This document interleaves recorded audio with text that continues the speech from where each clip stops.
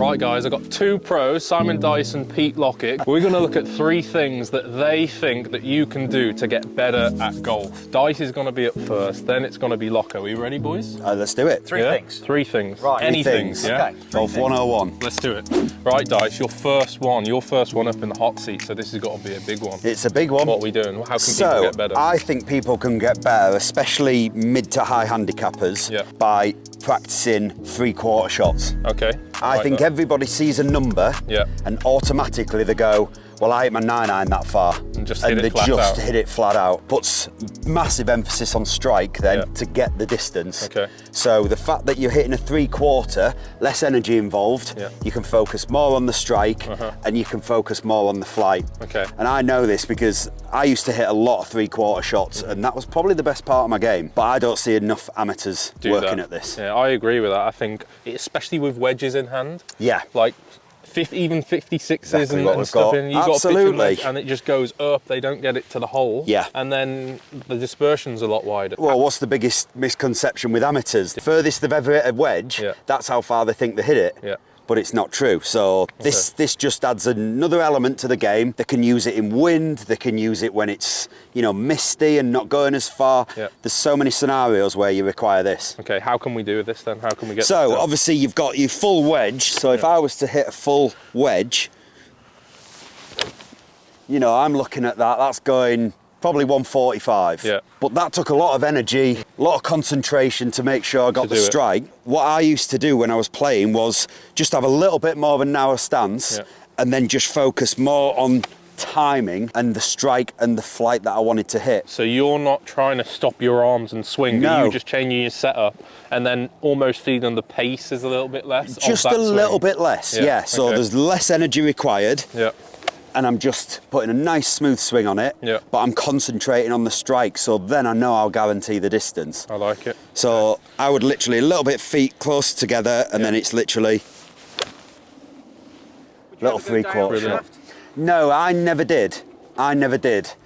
Because I mean, I was a really good iron player, so it just seemed to work for me. Some people might feel that that's better, they get a little bit closer to it, but I just changed the tempo, maybe even the distance of the swing. Tempo's great, but I've not mishit one of those. Yeah. We play in the UK. Like a lot of these listeners are going to be playing in the UK. It's always windy. In fact, wherever you play in the world, it's generally windy, isn't it? Like there's some form of wind unless you play an evening golf. And to control your ball flight in wind, especially distance, is huge, right? The harder you hit it, the more spin you put on it. Here's the thing though, I see so many amateur golfers, even like good pros, like they prefer a tempo. And the moment you say, can you hit a 7-iron, not 170, can you hit it 150, it goes like everything goes. Like they lose strikes. So that would be a lesson in itself, wouldn't it? But I do a lot of that with players I work with. I'll get them to hit a full wedge, test them on TrackMan, and then I'll get them to hit 9-irons to the same distance and then 8-irons to the same distance. And I guarantee you, they're better with the 9 and 8 than they are the wedge. Proximity. Yes. And flight, spin control. Everything. 8's probably even better than 9, so it gets better the more club they use, which is mind-boggling. I like that. Locko, you ready? Yeah. And also, guys, listen to that. This is a guy that's played at the top of the game. He's won. He's been there. Listen to him. Yeah, back in the day.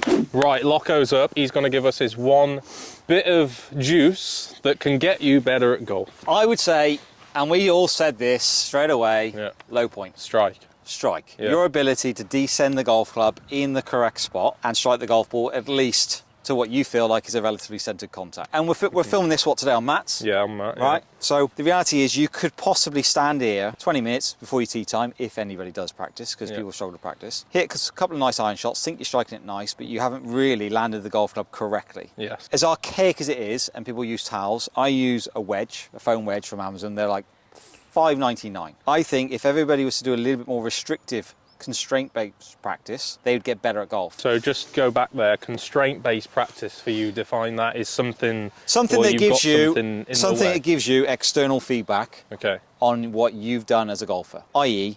hitting this. I've got an 8 out behind me, which makes, and I would set something up behind you. Normally I'd start off with a good let's say an amateur golfer, really sort of beginning, just stand between the golf ball and the aid, whether it's a towel or a head cover, and I should be able to descend that golf club on that ball. I think if we were to get the most out of our practice, you've got to have some degree of measuring that. And he's got a TrackMan, I've got a quad, you've got full swing, we can track it. Yeah, but if somebody hasn't, what can they go out and get for next to nothing, under £10? Less than a range basket of balls. That'll be at your door the next day to go and train, strike, which we all need to do to get better and play golf.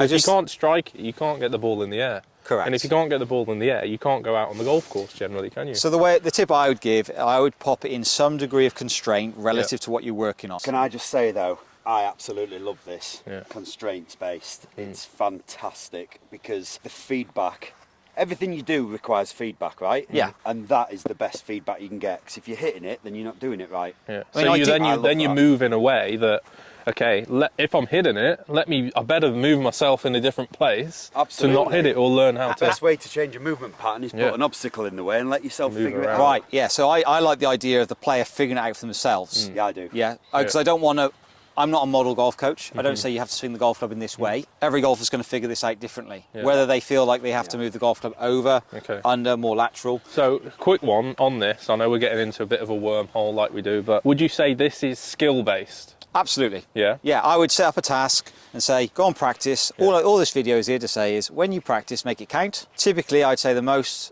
important thing for any golf shot is you strike it well. Yeah. I.e. the ability to strike the golf ball in the right spot in the arc, put something out behind, and even just start off with some little shots. You should be able to hit a pitch shot, that sounded compressed. If I felt like I was just clipping it, I'd make it maybe a bit easier to start with. I could get it to a really advanced sort of scenario where the golf ball was really close to the aid, and I've still got to create some degree of downstrike. I just think, and then build it up with speeds and stuff like that. Absolutely. Get yourself a constraint-based bit of work. There are other ones available, by the way. No, I like this one because it's hasn't. You know them ones with a branding on and they charge 50 quid for it? Absolutely, but what I really like about the wedge... It says golf on it. What I really like about the wedge is it gives you a visual representation of angle of attack. If I'm going to give anybody any encouragement, low point, grab yourself a wedge. Yeah, amazing. You're welcome. I like that. All right, one more to do. Right, so the last one, we've come together and I want to now get better at golf with what I'm working on. So the guys are going to help me out and we're going to learn what you can learn from watching me speak to these guys about getting better at golf. So what do you need to do to get better at golf? I feel like I need to stop a left shot and be able to fade it more often. So, firstly, do you understand why it goes left? I think I have a reasonable idea, yeah. Okay, and then secondly, how would you practice that to take that to the golf course? Yeah? That's a whole topic of conversation, I think, that one. How do I practice what I'm doing here to take out onto the golf course? So let's get you in a couple of shots. Yeah. We're going to do this really quick. Yeah. Hit a couple of shots. You're going to say why you feel like it goes left, what you're working on to stop it going left, and then Dyson's going to let you know how to practice to take that to the course, and I'll chime in where I can. Yeah. I'll help the boy out sometimes. Okay, cool. All right, so we go on over the blue flag. So the first requirement here is that you want to see a ball move in the air from left to right. Yeah. And you typically suffer with a ball that goes from right to left. Yeah, starts straight or left and then curves that way. So I guess, I don't think Simon would disagree with this. I think the very first thing you've got to ask is, what do you work on to work on that left to right fade? So I feel right now, I'm just trying to not get my arm sucked behind me, so I'm trying to keep the club in front, and then I'm literally trying to feel like I move the path more left than where the face is. I liked when you're on your last video where you had something, it's like the VJ Singh. VJ Singh used to use a water bottle. Yeah, basket or bottle or something. It is literally as simple as that, isn't it? Yeah, there you go. So there we go, straight to the... So you pop, or you could even put it like there. So there's a restriction. So there's away. a restriction straight away. Yeah. So you now have to move your body differently to not hit that wedge. And for me, it's understanding how you move to not hit the wedge. I think because I'm a pro and I'm educated in the industry and golf swing, I suppose, rather than people that might be watching aren't as aware, I kind of understand to some degree what I need to do to avoid it, but this is so good for them because if they don't, they're going to start to put the things in place so they don't hit that. Yeah. Does that make sense for you guys? 100%. Yeah. So I agree with that. I think that's a wonderful drill. Let's hit one quick. So I mean, it works for Tommy Fleetwood, doesn't it? That's what he does. The first thing I would do... Better is what that. did you feel that you had to do to Like, miss that? get my arse, keep my arse back Yeah, and so move left. that- Yeah. Let's say you're not as educated as you. Yeah. I would get you to set up to an impact bag for me. Okay. Just set up to an impact bag. I'm going to say to you, hit a 3/4 shot in 3/4 speed, and I want you to hit the bag to the left and stop. Okay. Just soft. Hit the bag to the left. Right, hold. What is your club face alignment if I take the bag away and I show the camera? Was it more closed than you would typically like or not? What, there? Yeah, when you hit the bag, it was a little bit more. Yeah, a little bit more left. Yeah. So I'd now say, can you hit the bag with what you feel like is a little... You're going to try and spin the bag from left to right. Okay. Just like a kick in a football, you're just going to spin the bag from left to right. Okay. Okay, I'm going to do it again. I want you to put some force through it now. I want you to move the bag from left to right, move it left, and keep going until you follow through. Right, what did you feel different there? Felt like it was, face was almost pointing up to the sky through the ball, and I was moving the path more left still. So let's put that feel Yeah. on this golf shot. It's interesting that you give a task and they find their own feels. Always, because everyone's different. Same feels I just had on the bag. Whatever yeah? you interpret it. Yeah. So I think Little 4-yard fade. Yeah. how people practice, I think you can possibly get better for your practice, how to Yeah. practice. I don't think you need to hit 1,000 balls. No. Not, definitely not. Smarter You need with to it. just put way more emphasis on each shot. Yeah. So instead of hitting 100 balls doing that, I would pick different targets and try and flight it differently. Yeah, love that, by the way. Now we're looking at golf course application. How can I best train it here to take it out there? How can I do that? So I'll give you mine, 30 Yeah. seconds. Whatever feel you had there, Yeah, I would then get you to emulate that feeling on the golf course by imagining you're hitting a bag Yeah. and stopping at the point where you felt like it was left. yeah, Asking yourself on that 3/4 shot, did it feel like the face was open or closed? And putting that into what I would consider then is pre-shot routine. To So- at least give them some consistency Absolutely. So from I'm here to the course. So I'm behind now. This is a course situation, and I'm feeling what I've just experienced on that bag. So what you just did there, do that Yeah. again. I'd have you do a couple of those rehearsals that are internal to you. Yeah, I think to take something from the range to the course, yeah, you've got to have a link. And I don't want it to be technical. So that movement is great, Yeah. but it needs to be done at full speed as well to Yeah. transfer. Okay. Agreed. Yeah? Yeah. So the slower you do it, the less it's going to transfer. So it would be a feel like that, and Yeah. then a couple of shots with the block, and then you pull one away and you go, right, I'm going to hit that Right. shot to that flag and go through your full process and see if you can start transferring it Yeah. to just one shot. So essentially we're couple on here, then you'd be saying, right, now Trey, get over here.